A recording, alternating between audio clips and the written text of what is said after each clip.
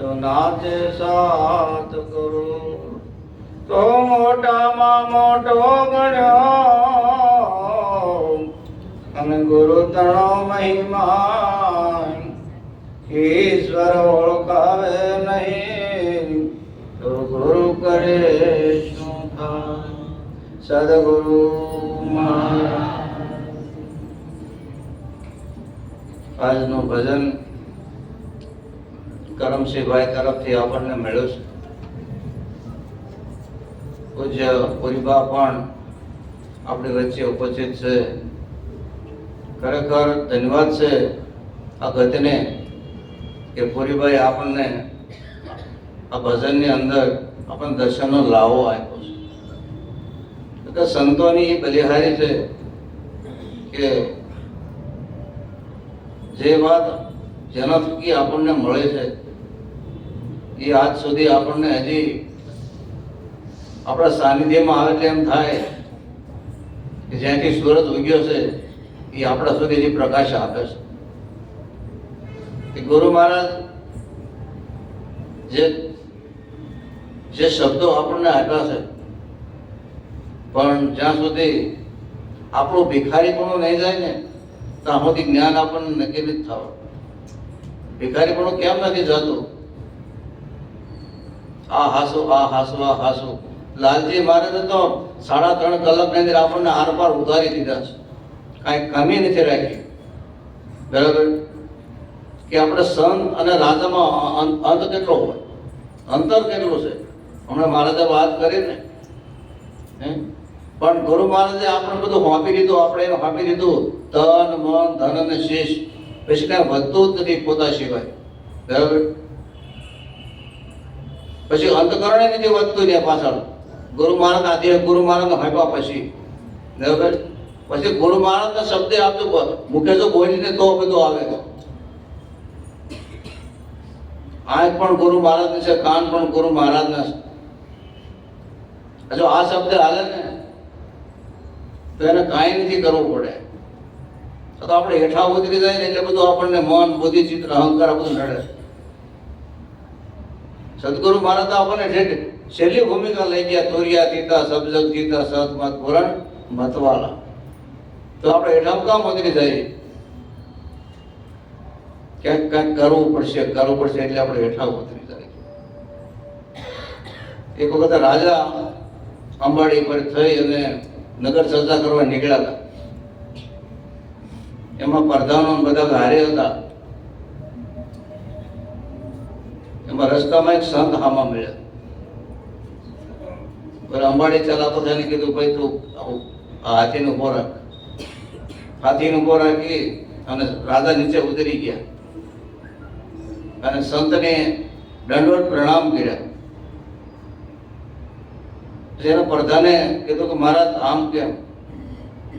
તમે તો મહારાજા છો અને આ સામાન્ય સંતની સામે તમે ચરણ પર સ્પર્શ કર્યા કે અત્યારે તને નહીં સમજાય, કશું કહીશ। નજરમાં ગયા કે તારા વાદનો નક્કી તો કરવી છે ને? જાહેરમાં એને કાંઈ ન કીધું। એક સંતની મૂર્તિ બનાવો, એક રાજાની બનાવો, એક કૃષ્ણ ભગવાનની બનાવો અને એક રામચંદ્ર ભગવાનની બનાવો। 4-5 મૂર્તિ બનાવીને બજારમાં તો વેચવા જા। 4-5 મૂર્તિ બનાવીને તો બજારમાં વેચવા જા, રાજાની મૂર્તિ બનાવવાનું કીધું। સંતની મૂર્તિ તો પેલા વેલામાં વેચાઈ ગઈ, દઈ કૃષ્ણ ભગવાનની વેચાઈ ગઈ, રામચંદ્ર ભગવાનની વેચાઈ ગઈ, પણ રાજાની મૂર્તિ કોઈ લીધી નહીં।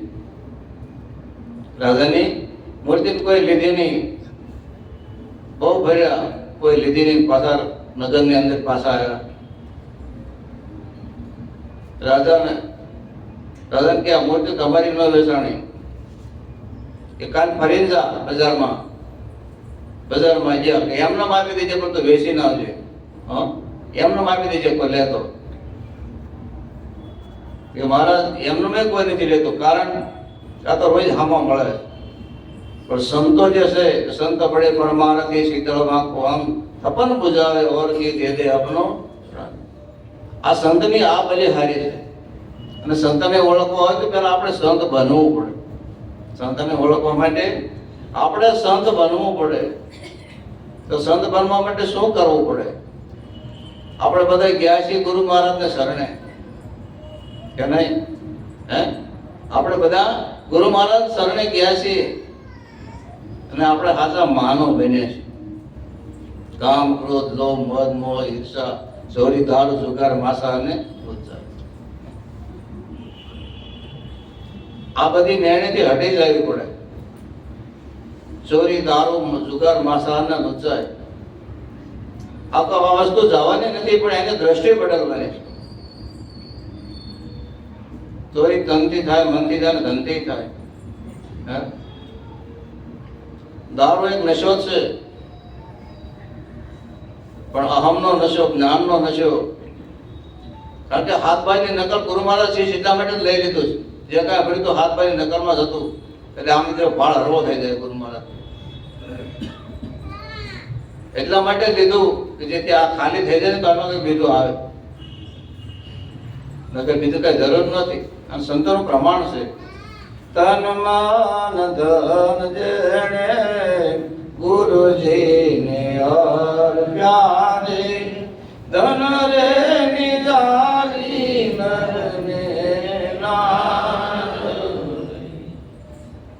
સંતોનો પ્રમાણ છે, એટલે આ બધું સંતોને લેવું પડતું હોય અહંકાર ઉતારવા માટે. આ હાથભાઈની નકલમાં જે કાંઈ અહંકાર ભર્યો છે એને ખાલી કરવા માટે સંતોની વાત છે. આમ જે બની ગયા એનું કામ નથી, બનવાનું નથી, મટવાનું સંતો કહે છે. તો મટવું કેમ?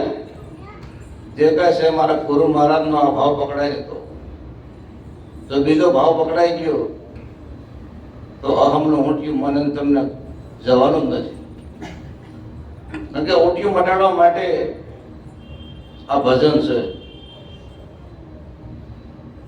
સંતો આપણી પાસે આ મહેનત કરી અને કરતા પણ આવે છે. સંતોની બલિહારી એટલા માટે આગળ સીધી સંતો કોઈની કહેતા નથી, પણ પોતાના મનને સમજાવવા માટે સંતોની મહેનત છે કે મને સમજાવે તે નર મોટા થતા પદ માજે કર્યા. પોતાના મનને સમજાવવા માટે આ મન મારું છે, ગુરુ મહારાજનું છે. જો આ નક્કી થઈ જાય તો અલગ ડોલક થાય જ નહીં કોઈ. એટલે કીધું તન કી જાણે મન કી જાણે, જાણે ચિત્ત ચોરી, તેરી છુપાઈ ન છુપે આ તો જિસકે હાથ में દોરી. ગુરુ મહારાજ એને ખબર જ છે, કારણ કે બીજો ભાવ છે જ નહીં. બીજો હોય તો બીજો ભાવ પકડાય, બીજો હોય તો બીજો ભાવ પકડાય ને આપણને કુરમાર એ જગ્યા ઉપર લઈ ગયા છે. આ ભૂમિકા આપણને ગુરુમાર લઈ ગયા છે. આમાં બીજો પક્ષ જ નથી. જો પક્ષ દેખાતો હોય તો ગુરુ મહારાજનો આપણને શબ્દ હજી લાગ્યો જ નથી. હુંમાં તુંમાં ને વળે બીજામાં એક સરખો જ ભાષે છે. અને જડરે ચેતનમાં તું જ આપણો સંતો કહે છે કે તારા વેચ વિના આ જગત કઈ ખાલી છે જ નહીં. જો ઊંચું નીચું જાતિ પણ આ જો ન જાતો હોય આપણા તેજી, તો સંતો આપણે એક ભજનની કડી કે છે, જાતિ રે સુપણું છોડી અજાતિ થાવ પાન બાઈ કાઢવો વરણ વિકાર. જ્યાં સુધી વર્ણ વિકાર નહીં જાય ત્યાં સુધી જ્ઞાન આપણને અંદર ઉતરશે નહીં. અને એ કાઢવા માટે આ સંતોની બલિહારી છે. એટલે કીધું સંત પ્રગટ પરમાત્મા છે. ગુરુ મહારાજ આ દેહની અંદર આપણને યજ્ઞની હારે ત્રણે પ્રગટ કરી દીધા, હરિ, ગુરુ ને સંત. આપણે આમાં ક્યાં છીએ આપણે નક્કી કરવાનું. હરિ, ગુરુ ને સંત આપણને આ નક્કી આપણા અંદર જ કરાવી દીધા. મને તમને નક્કી કેટલું થયું આમાં આપણે ક્યાં કઈ ભૂમિકા છે. એટલે સંતો આપણે ટકોર કરી કરીને કહેતા હોય છે. કારણ કે એક વખત વકીલ એ વકીલને અચાનક લઈ લીધો ઉપર, દેહ છૂટી ગયો. ત્યાં તો જઈને કે ભગવાનને કે કે ભાઈ તમે મને કેમ કાંઈ નોટિસ આપ્યા વગર લઈ ગયા? હા, મને કેમ કાંઈ નોટિસ ન આપી તરત લઈ લીધો? ચિત્રગુપ્ત કે તને નોટિસ તો ઘણી આપી તે જોઈ નહીં. કે હા, કે પહેલા તારા વાળ ધોળા કરી દીધા, નોટિસ આપી નથી આપી. હે, કાન લઈ લીધા, નોટિસ આપી નથી, દાંત લઈ લીધા, પગ લઈ લીધા, બધી આપણને નોટિસો મળવા છતાં આપણે પાછા વળતા હોય. તો સંતો આ પાછા વળવાની મહેનત કરી છે. મનુષ્ય દેહ વારંવાર સંતો કે મળતો નથી, પણ જો મળી ગયો છે તો એની કિંમત કરી લેવાય જેવું છે. જો કિંમત થઈ જાય તો ગુરુ મહારાજની બલિહારી છે ને છે. સંતો આપણને ટકોર કરી કે ટપલે મારીને કે પાછા વળી જાઓ. તો મન પાછું કેમ નથી વળતું? ગુરુ મહારાજને આપણે પ્રેમથી અર્પણ થયું નથી એટલા માટે કીધા કે થયું છે. જો અર્પણ થઈ ગયું હોય તો આમ જાય તે હળી કાઢે જ નહીં. એક પોતાનો અંતરાત્મા નક્કી કરી લેવાની જરૂર છે. પોતાને પૂછી લેવા છે મારી આ ભૂમિકા ક્યાં જઈને ઉભી છે. ઉપદેશ ગુરુ મહારાજ જેવો આપણને નથી આપ્યો એનો વિચાર આપણે કરીએ છીએ. બોધની અંદર આપણે ઉભા રહ્યા છીએ, પછી બીજાને આપણે પૂછવા કે મને આમ કેમ થયું? સત્યની ધારા પર મહાપુરુષો હાલી ગયા આપણી સામે, આપણે વિચાર કર્યો? ખરચ ખોટીને કુવા દેહના પણ બલિદાન આપણા માટે જ આપ્યા છે. એટલે આપણે અહીં એની સાનિધ્યમાં મહેનત તો એને કરી છે. એને વાયવું છે, આપણે ગણીએ છીએ. આપણે શું વાયવું? ગુરુ મહારાજ નું વાયેલું આપણે ખાઈએ છીએ, એનો આનંદ આપણે કરીએ છીએ. આપણે કંઈક વાવવાની શરૂઆત તો કરવી પડશે ને. એમાં હું આપણે બધા ભેગા છે. ગુરુ મહારાજનું નામ ઉજળું કરવું તો આપણા હાથની વાત છે. અને જો ઉજળું થઈ જાય તો ચિત્તમાં ઝટકો લાગી ગયા હોય ને કેમ રીજે કીર્તાર ઈળની જો ભમરી બને ધરને કેટલી એવા જો વિચાર સદગુરુ એવા જો વિચાર મને એવા જો વિચાર એવા જો વિચાર મને એવા જો વિચાર સદગુરુ એવા જો વિચાર જ્ઞાન તણા ભંડાર સદગુરુ જ્ઞાન તણા દાતાર મને એવા જો વિચાર જ્ઞાન તણા ભંડાર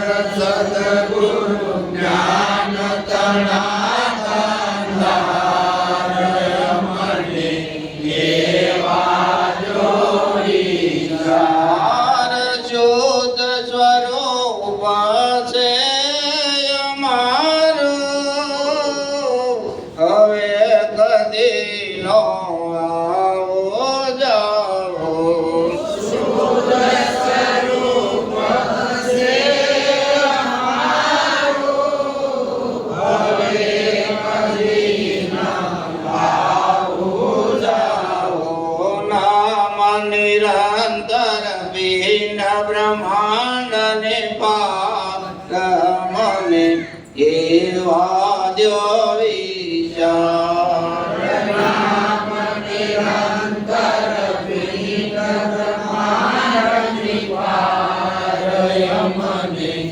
એવા જો વિચાર સ્થૂળ સૂક્ષ્મ ને કારણ નાહી મહાકારણમાં વાસ જ નાહી સ્થૂળ સૂક્ષ્મ ને કારણ નાહી મહાકારણમાં વાસ જ નાહી જાગ્રત સપના સુષુપ્તિને તોરિયા પરવસનાર મને એવા જ વિચાર સુસુપતિને તોરિયા પરવસનાર મને એવા જો વિચાર જીવ નહીં તો શિવ જશાનો આપે નહીં તો દેવ દશાનો વિદેહમાં વસનાર મને એવા જ વિચાર એવા જો વિચાર મને એવા જો વિચાર સદગુરુ એવા જો વિચાર પંડિત હોય તે ખોજે પુરાણે જ્ઞાને જ્ઞાન ગગનમાં ખોજે પંડિત હોય તે ખોજ પુરાણે જ્ઞાની હોય ખોજે અનુભવી વલ્લભયા પમભોજે દર્શન જગદાર મને એવા જ વિચાર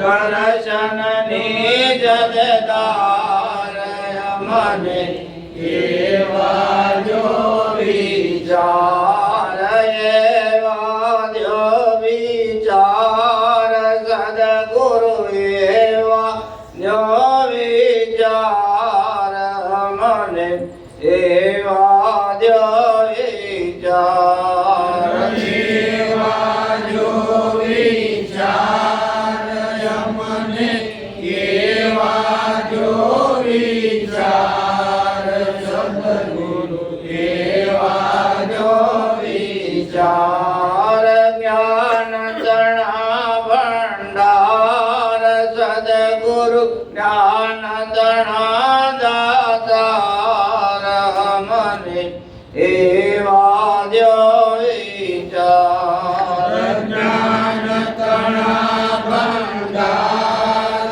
સદગુરુ જ્ઞાન તણા દાતાર મને એવા જો વિચાર સદગુરુ મહારાજ